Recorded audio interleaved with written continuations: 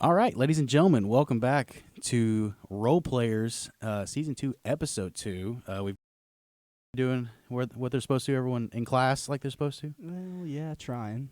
What about you? What about you, Dylan? Yeah, what are you doing? Man, I wish you can just be born and go into what you love to do. I don't think all this is necessary to a certain extent. To a certain extent, I agree with you, but unfortunately, But you got to do the things you don't want to do. you got to get the dirty work in order to do the things you want to You do. got to get the dirty work in. That's exactly right. They make me go to class, that's which is life. a good thing. I appreciate my big bros. No doubt. No doubt. You got to go to class. Just do what you got to do. But anyways. At least once a week. Well, ideally more than just a couple. I go to class, people. I'm not. Hopefully you're only messing missing up my like education. I'm not. Hopefully you only miss like one or two a semester. Yeah, I don't miss that many. Yeah. I don't like going, but I don't miss Every that once in many. a while it's okay Yeah. to skip a class. When Yeah. you know there's not really anything to do in the class. Just Or you've worked ahead. You've Yeah. worked ahead in the Or just need a material, personal or- day. Yeah. Yeah, that's fair. That's fair. You just got to know when to take them. Yeah. All right, let's get right into it, guys. As the NFL playoffs has almost concluded, we now only have one game to determine the Super Bowl champ of this season. We did see the AFC champions be crowned, the Kansas City Chiefs, as they defeated the Baltimore Ravens 17-10. Chiefs dominated in the first half and clamped down defensively in the second half, forcing 3 total turnovers from the Ravens in the entire game, 2 coming in the red zone. Lamar Jackson had a rough day, throwing for only 272 yards, rushing for 54 yards with 1 total touchdown, 2 turnovers, 1 via interception, and 1 via fumble. Zay Flowers hurt the Ravens despite having over 100 yards and a touchdown. He had got a taunting penalty after a 50-yard plus catch, and then fumbled the same possession, fumbled the ball in the end zone, and it went back to the Chiefs as a touchback. He actually hurt his hand as well. Yeah. He slammed his helmet down, cut his hand. So he had a really bad span of like 5 minutes for himself. Had a really bad day at the office. Did y'all see I think it was First Take, they were having this debate between whether a play like that, where you reach the ball over, it gets knocked out before the pylon, and it goes through the back of the ends. They were debating whether that should be a touchback, goes to the defensive team at the 25, or should the offensive team just get the ball back where it was? I've heard that argument. I think like, it's the dude. stupidest argument I've Yeah, ever heard in my life. That's ridiculous. There's no rules minus that rule that benefit the defense. Yeah, and the defense Yeah. already have They a gotta rough work. enough time. They've got Yeah, they gotta work. they've got one hand already tied behind their back. You want to take their other hand too? Yeah, that's ridiculous. And for a play that doesn't happen but like maybe half a dozen times a year, maybe, that's such a stupid rule to try and change or change in general. Dylan, what do you think? Because I mean, It's- the way I look at it is like it's already an offensive-driven league. We don't need it to be any more skewed to the offense. No, y'all hit it. I mean, the defense got to work. You got to guess every single play. So reward them with something. If the offense want to throw a mistake out on the field, let the defense capitalize and get the ball back. They tripping for no reason. But it's First Take though. They need something. Yeah, that First Take's Yeah, another. they We need could do a something. whole podcast on just berating First that Take. First Take. Yeah. But it is what it is. But I think too, like the defense had a part to play in him fumbling that ball. No, he You know what I'm punched it. saying? He punched it Yeah. out. Punched it out is a great defensive play. Mm-hmm. And why would you reward the offense for a good defensive play? Yeah, That would be my whole. I've heard that take. And I NFL think does that a lot though. So. They Oh, do. yes. They do. Gosh. it's a completely idiotic take in my opinion. But it's we like we said before, the NFL is already offensively skewed heavily. Yeah. And I think that's where the way most fans feel is like, don't take the one thing that benefits the defense. Like it's literally the one rule that Now the benefits them. overtime rule I can understand. The overtime rule I Yeah, can that's understand, fine. especially for playoffs, because Yeah. we want to see great games not come to a sudden end. Yeah. Unless it's like, hey, they made a great play. But yeah, I heard that take, and I've heard that before. I saw it on Twitter when it happened, and I was like, it's a completely idiotic take. Yeah, but that's you see, it didn't ridiculous. stick though. The overtime rule is stuck on Twitter heavily for months. But this one, No, ain't yeah. nobody talking about it. I think we can all agree about this one. No doubt. We all can also agree that Travis Kelce had a massive day. 11 catches, $116, and a touchdown. This will be the 4th out of 5th Super Bowl that will involve the Patrick Mahomes-led Chiefs. Patty. Just talking about Baltimore, I mean, they had multiple chances. I mean, they had, a fumble in their own part of the field. The defense held up on 4th down. Zay Flowers has the fumble in the goal in the end zone that cost them a potential touchdown to potentially tie the game. Lamar throws a terrible interception. That was bad. In the end zone, in which that was Isaiah bad. likely is triple covered. But if he put a little, I don't know, dude. He needed to give enough air to where the ball was either going to be out of play or likely comes down with it. Yeah. There was no, and I mean, dude, that might have been the worst pass I've seen him throw this season. No doubt. And and it stinks because Lamar's probably going to win the MVP, but at the end of the day, this is going to hurt his legacy for now because that's the stick on him is that he can't win the big game. Yeah, but let's speak on legacy because for Lamar Jackson to a 2-5 in the playoffs, I think something like that, 2-6. He's now 2-5 in the playoffs as a starter. That game was for the taking. We was all talking in our group chat for both games, but I don't think none of us hit on this, and me and my friends were. Offensive line for both teams played amazingly. Both quarterbacks had plenty of time in the pocket. Yep. And you give Lamar Jackson plenty of time in the pocket, nobody's open downfield, and yet he only has 54 rushing yards. And Trey Whiteout literally just texted in our group chat, and we talked about it, like you said, in our Crunch Time group chat. I mean, they had 16 runs, and 8 of them were designed, and the other 8 are Lamar Jackson scrambles, and it's like, that's what got you there. That'd be like, say Tennessee was in that position and we gave the ball to Derrick Henry 8 times and we would be screaming to the top of the, whatever building, like, give the ball to what got you there. I mean, I know they don't have a dominant running back. I know they're kind of a 3-headed monster with Gus Edwards, Justice Hill, and then, adding Dalvin Cook late, but and Lamar. And Zay, and Bateman. You have running. But do what got you there. Yeah, they dance with what got you there. Exactly. And I think the way that they got there can win a Super Bowl. Yes. 100%. Yes. I mean, the fact that Todd Monken, the offense coordinator for the Ravens, sat there and was like, you know what? Yeah, we'll drop back on 82% of our plays, our offensive plays. Like, that's crazy. That's literally crazy. And I know it's a little bit of it is on Lamar when he had running lanes on a pass play, he didn't take them, you know. And I know that a little bit it's on them, but I mean, dude, like, if you're Todd Monken, why is it not a 60-40 split between you passing the ball and running the ball with Lamar driven plays, if that makes sense? And the first drive was like that. They ran it down the Chiefs' throat the first drive, and I'm thinking, like, okay, they took the Chiefs punch in the mouth right off the bat. They then punched them right back in the mouth. I'm like, Baltimore just won the game on that possession. In my mind, it's just by the way of the momentum. And then, like you said, Tom Monken just forgets to call a running play. Like, what's going on, dude? He thought he had Tom Brady back there. And even Tom Brady would have ran the ball. Had a good running game most of the time during his career, except later, when he was with New England, kind of towards the later part, and even with Tampa Bay, he didn't have a good run game. But even still, like, Brady needed a run game. He needed to set up the play action, or at least the threat of it. Right. Yeah. There was no threat of play action in this game. And I feel for Lamar because they was talking about when you hear so many people talking about, oh, you can't win like this, you can't win like that. He tried to go be the prototypical quarterback. Sit in the pocket, dissect, and all the Chiefs did, bring pressure, drop back. And at that point, the middle of the field is wide open. There's no spy. He should have had 250 rushing yards. Yeah. Run till your legs fall off, young man. And I think that's what makes Lamar Jackson special is the fact that he's a running back that also throws the football equally as well as 90% of the guys in the league at the quarterback position. So, like, the fact that they just sat there and was like, yeah, we'll just let him sit back there and dissect one of the best defenses in the league. It was part of him too. Because you it have was part of him. He wanted to prove. He wanted to prove something. Because you had a built. Dude, that's a Super Bowl is more important. Yes. Yeah, I don't care about my. I could. Yeah, I mean, if you told Lamar Jackson you'd be playing in the Super Bowl if you had 80 yards passing, he'd be like, okay, yeah. But, like, it's crazy because you have a triple option style offense with him because you can either hand it to Gus Edwards, he can keep it, or he can throw it to Odell, Zay Flowers, Bateman, Mark Andrews, who was back in this game, Isaiah Likely. I mean, all these guys. And so I want to make this clear before we move on to the other game, the other team is the Ravens lost this game. It's not all on Lamar, but Lamar also didn't have a good game, and that's a fair statement. I think we can all agree on. Yeah, he folded.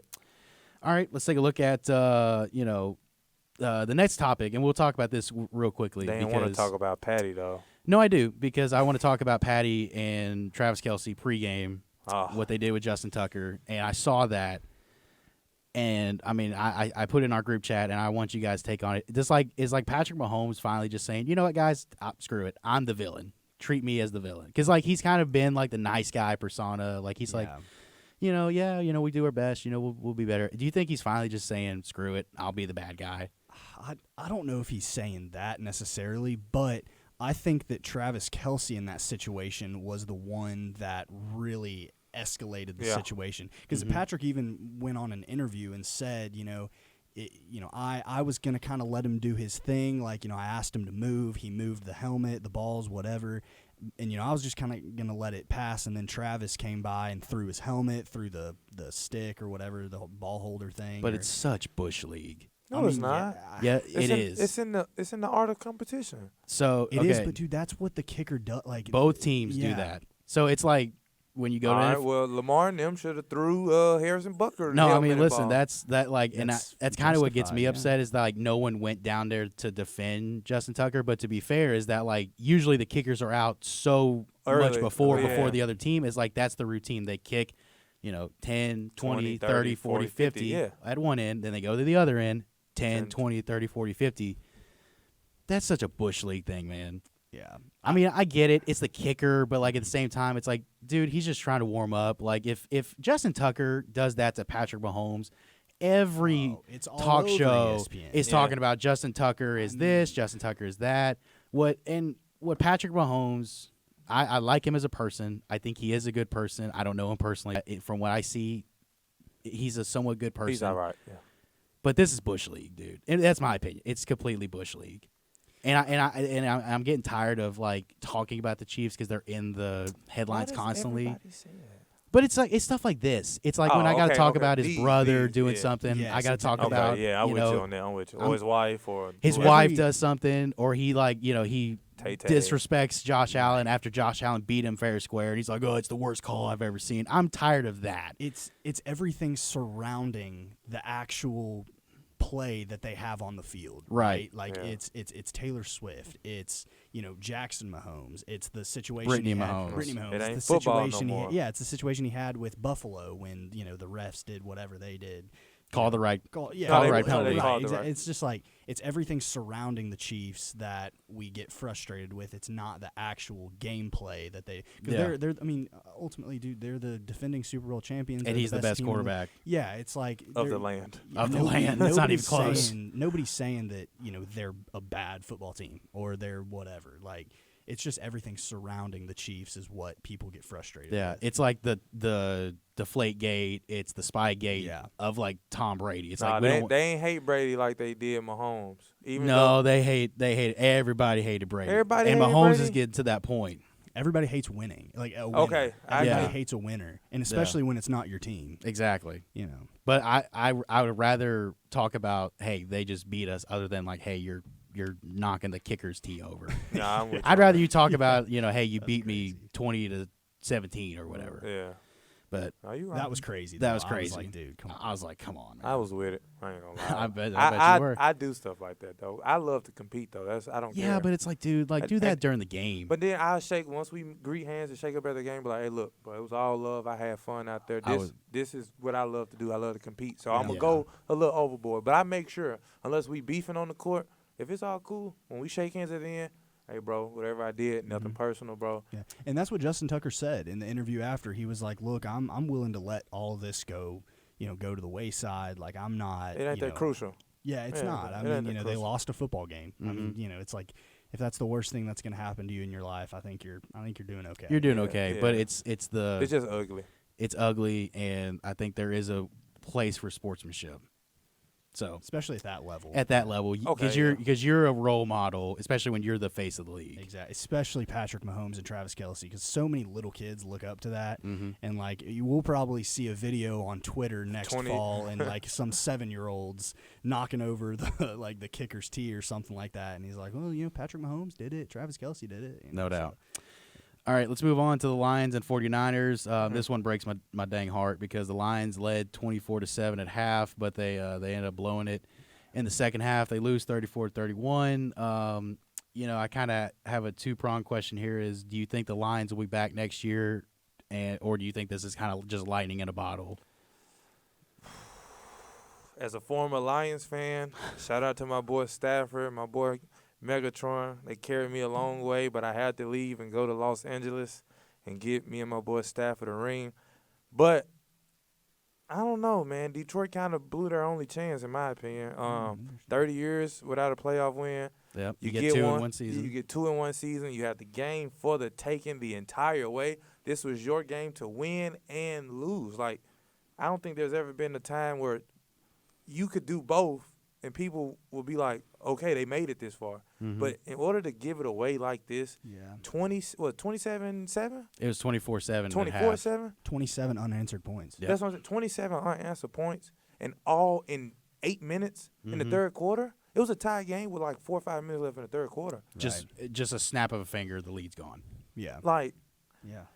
I mean, from my perspective, answering your question, I think they will, just based off of, their offensive coordinator just said he's coming back. Yeah, their defensive coordinator is most likely going to be back. Yep. They have $58 million in cap space. They better spend it on the secondary because Well, that's the thing. It's like they've got another receiver. All these playmakers. All these playmakers they have are still on their rookie contract. Jameer Gibbs, Jamison Williams, Laporta, Amon-Ra St. Brown. Really, the only guy you're having to pay, Peay Sewell, the right tackle, Laporta, or left tackle, whatever. That's what I'm saying. Like, all these guys, the only person you're having to pay on that offensive side is your quarterback. Yep. Well, the offensive line, they got some nice contracts there.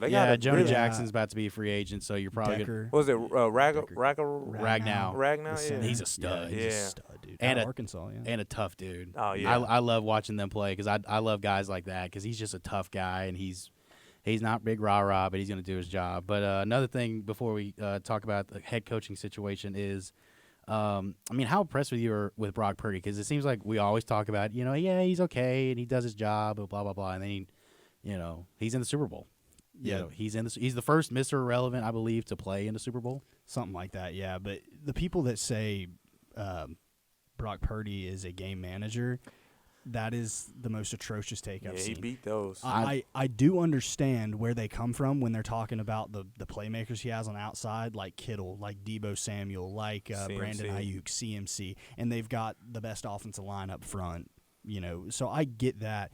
But, like, dude, some of the plays that he made in that game, that was him. That was Brock Purdy scrambling for a first down. That was him making a throw over the middle. His legs really helped them win that game. Like, if you look at that game and say, oh, yeah, like, his playmakers, like, won in that football game. No. Like, you're crazy. CMC had less than 100 yards. Yeah. But he had 2 tutties, though. He had 2 tutties, but CMC, you could have, it was death taxes, and CMC scored a touchdown and get 100 yards. You're right. And he didn't get 100 yards.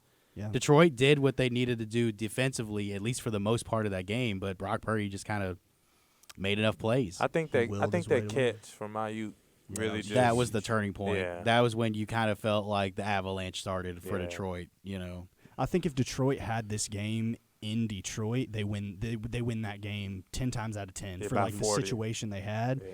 Because being up, if you're up 24, what were they 24-7? Mm-hmm. If you're up 24-7 in your own building with all that energy, they are giving the ball to Jameer Gibbs every offensive play, and they're running it. They're just running that ball. They're running the clock. They're playing good defense, and like you have all that energy to feed off of, but they shouldn't have it. Nope. So let's talk about this really quick. I did this rundown I think Monday night, and there was 2 jobs available. There's only 1 job available now. It's Reese Britt's Commanders. Let's go. As Mike McDonald is now the head coach of the Seattle Seahawks. Dave Canales is the head coach of the Carolina Panthers. So the only vacancy left in the NFL is the Commanders. So, guys, you got guys like, Dan Quinn. Ben Johnson said he's going to stay in Detroit today. And Dan Quinn, Mike Vrabel, and Bill Belichick for 1 job. So you could potentially see one of those. Dan Quinn's probably going to go back to Dallas. Yeah. So, really, I think at this point it's Mike Vrabel or Bill Belichick may not or probably not going to be a head coach next year. Yeah, I think there's been a few names kind of scattered about after the Mike McDonald hire to Seattle for Washington. And it's Vrabel. Vrabel's been one, and then Eric Bieniemy, who was the offensive coordinator, who all the talk, 2 preseasons ago was that he was he was getting interviewed for all these head coaching jobs. He's ready for that step, and so I wouldn't mind seeing him in that offense or in the head coach's role, but I don't know why you wouldn't go to Washington. If you're wanting to be a head coach, you have the most cap space in the league. You got 10 draft picks at your disposal. A new owner who seems to be doing everything right behind the scenes, and you've got playmakers on the field. You rebuild that offensive line, they could make something happen. Yeah, if I was the Commanders, I would go with Mike Vrabel, and the reason for that is because, although all due respect to Bill Belichick, I think Mike Vrabel. You're going to get more longevity out of Mike Vrabel, and I think you still get that same, not pedigree, because obviously the rings talk for themselves for Bill Belichick, but at the same time, I think Belichick is on the back end of his career. If I'm Belichick, I say, hey, I'll just be a general manager. If I'm Belichick, I've already done what I wanted to do coaching-wise. Right. I'm the greatest head coach in NFL history. There's no doubt about it. Let me go be a GM. Let me go make the roster for somebody else. Mm-hmm. And call it a career. Yeah, I mean, he's done everything he needs to do. There's no reason for him to keep going unless he's that stubborn. Yeah, which he might be. Who knows? He probably is. It's probably why he's as good as he is. Yeah, I would doubt it. All right, so let's hit the NBA really quick. We got about 8 minutes left in this thing we call role players. This thing, whatever it is. Whatever we do here. Yeah. Man, Luka Doncic, Devin Booker, and Joel Embiid all within the same week had 60-point plus games. I mean, you see the graphic right here by Trey Whiteout. Luka with 73, Booker with 62, and Joel Embiid with 70. Boy, talk about some all-timers. And somehow Devin Booker lost his game. Yeah. Somehow that they found a way to do that. The glory of the NBA. No doubt. In the regular season. Yeah, the true. NBA during the regular season can be a really, really good thing or a really, really bad thing. And Karl-Anthony Towns had like 62, 66, and they lost to the Hornets. Yeah. Too, so. And I did see their head coach after the game. He was like, that was one of the most poor games of basketball I've ever seen as a team. You know, Karl-Anthony Towns, he had a great game, but you didn't win the basketball game. And that's all that matters. The only thing that matters in that situation. So he was pretty beaten up about it. No doubt. And speaking of the Hornets, we're talking about the trade deadline here. Terry Rozier is out in Charlotte. He is now with the Miami Heat. He was traded. He's really the first guy that's kind of notable in the NBA to get traded for Kyle Lowry and a 2027 projected first-round pick. So, we talked about the trade deadline. It's around the corner. We talked about it last week a little bit. We'll talk about it probably next week when it really heats up next week, because it'll be right about the deadline next week. Yeah. But let's talk about this before we move on. Doc Rivers takes over the Bucks as Adrian Griffin is out after 43 games. And, that's tough. Dylan, let me ask you this. Why do you think they moved on from him when he won 70% of his games in the first season? Like, did he just lose the locker room that quick, or, like, what do you think happened? It was a lot of things. When you have a point guard who's not known to play defense, and you don't have anything to offset that perimeter defense-wise, you got Giannis and Brook Lopez in the paint, so the paint is good. Mm-hmm. But who's on the perimeter? Damian Lillard ain't going to guard us three. Yep. So – you need perimeter defense, and their scheme was just bad. Defensively, it wasn't good. And like you said, he lost the locker room pretty fast. I mean, the day after he got fired, they had a game, and they were dancing around pregame starting lineup announcements. So they haven't done it all the first half of the season. So as soon as the coach goes, you get the dancing and jugging and bopping. So something had to be going on when he was in there. And I've heard a lot of things. A former head coach was his assistant coach. He quit before the season start. Former head coach Terry Stotts from the Blazers. It was a rumor that he was acting like a head coach with tenure and maturity, and this was his first year. So that's tough. It was a Gets lot to of your head, man. And they said once you see GMs in practice heavily, then you know something. They said the week before he got fired, GMs were in practice at away games and all that pretty heavily. So they knew something was about to come. And I just don't respect, in my personal opinion, I get, you have media obligations as players to, say the correct thing media-wise. But Giannis was like, yeah, I liked him, man. You know, I did things for him and all that. Keep it a buck, bro. Keep it 100. Like, if you didn't like the man, say that. Like, you don't have nothing to hold now and be like, yeah, we just couldn't see eye to eye on a couple of things, you know. There is his first year. We didn't get time to much really build with Dame and all that. So we just maybe rushed it too soon. I think that would have been a perfect answer. Instead of sitting there in line in front of a million people, or however many people watching, and sitting there and be like, yeah, I like the dude. I don't know what went wrong. Come on, bro. Yeah, no, it's definitely tough. I mean, you know, it'd be interesting to see a guy that's as seasoned as Doc Rivers if he can. I want to say turn things around, but I mean they're still really good. You know, I mean you got Damian Lillard and Giannis. Yeah, so I mean they still have a good team. It's just do you think Doc Rivers gets them over the top? And I mean I think he can. I think he's about as prestigious as a coach that's currently in the NBA outside of maybe like Steve Kerr. Yeah. So. Let's hit on this. We got about 4.5 minutes left, roughly. I want to talk about women's basketball. Yeah. NCAA. Yeah. Because we saw one of the best games of the season just in basketball, period. Say it again. LSU. In basketball. Period. Say the whole sentence over again. I'm not saying it. Nah. LSU versus South Carolina. It gave us an instant classic. It felt like a knockout drag-out. South Carolina remains undefeated. I believe they're still undefeated. They were 18-0. They beat Vanderbilt to make them 19-0. I'm not sure if they played. Yeah, if they played since. But Angel Reese versus Camila Cardoza, I believe is how you say her name. It seemed like it was like an old knockout rivalry. Like they've been playing each other for years, and I think that's kind of what we talked about a little bit before the show, and why it seems like women's college basketball, at least during the regular season, is really starting to heat up and really becoming more popular.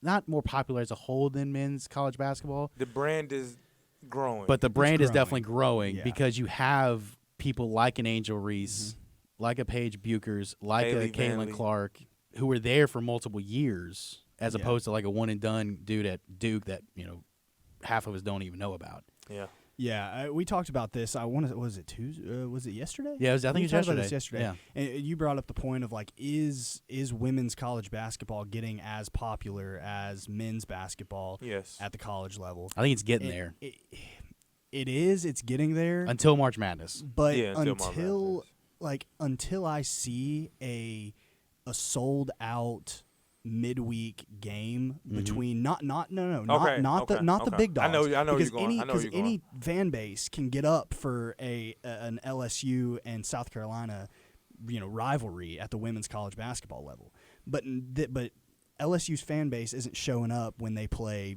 Vanderbilt or when they're playing. They play on the 8th, don't I think I'm going to that game. Yeah, that'll be fun. I might that'll go be fun. to that. But it's like, you see teams like Duke and North Carolina and Tennessee and Kansas and all these teams like the Blue Bloods. Not saying Tennessee's a Blue Blood. Don't want to put that out there.